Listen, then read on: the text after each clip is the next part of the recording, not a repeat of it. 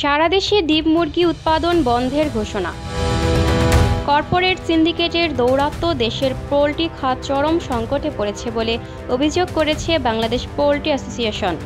সংগঠনটি জানিয়েছে, সরকারের নীরবতা ও কর্পোরেট প্রভাবের কারণে প্রান্তিক খামারিরা টিকে থাকতে পারছেন না।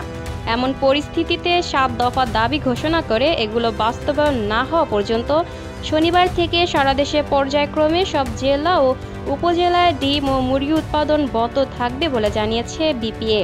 সংবাদ মাধ্যমে পাঠানো এক বিজ্ঞপ্তিতে এসব তথ্য জানিয়েছে বিপিএ। সংগঠনটি জানায়, দেশে 50 থেকে 60 লাখ মানুষ এই খাতের সঙ্গে যুক্ত, যার মধ্যে প্রায় 40% নারী ও 60% শিক্ষিত বেকার যুবক। কিন্তু কর্পোরেট সিন্ডিকেটের একচেটিয়া বাজার দখলের কারণে এই বৃহত্তম কৃষিভিত্তিক খাতটি ধ্বংসের পথে।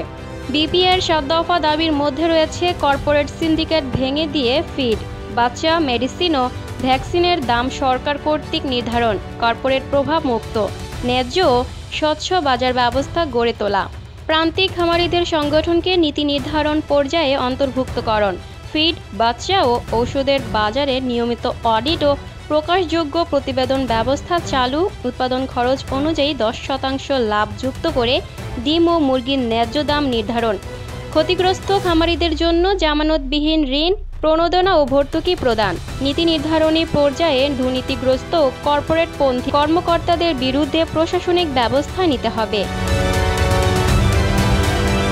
Lucky Akter, people voice television, Dhaka.